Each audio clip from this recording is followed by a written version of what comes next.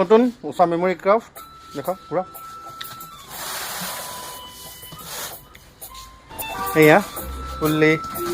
computerise চিলাই machine Usha memory craft 450E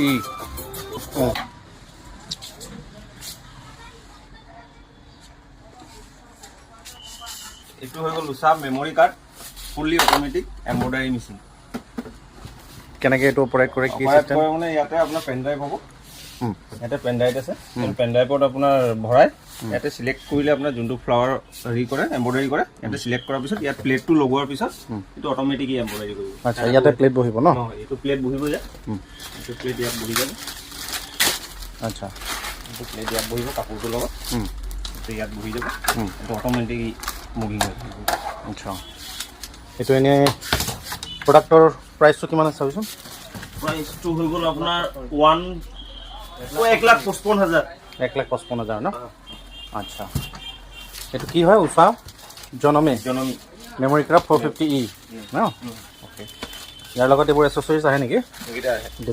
design আহে এইকেইটা আপোনাৰ নিডিল আহে কেচি এটা দিছে তাৰপিছত আপোনাৰ ববিন দাঁতৰ খোলা নট এটা দিছে ববিন কেছ দিছে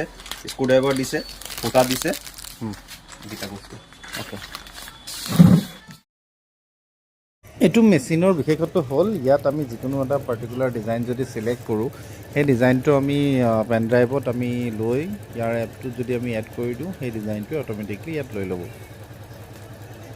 ইয়াত যিটো ডেমো আপোনালোকে দেখা পাই আছে এই ডেমোটোত মানে এইটো অট'মেটিকেলি ৱৰ্ক হৈ আছে তাত আমি প্ৰিফিক্স কৰি দিছোঁ ডিজাইনটো যে এইটো ডিজাইন হ'ব আৰু সেই ডিজাইনটোৱে লৈ ইয়াত নিজে নিজে সি তাৰ নিজৰ আকাৰটো লৈ গৈ আছে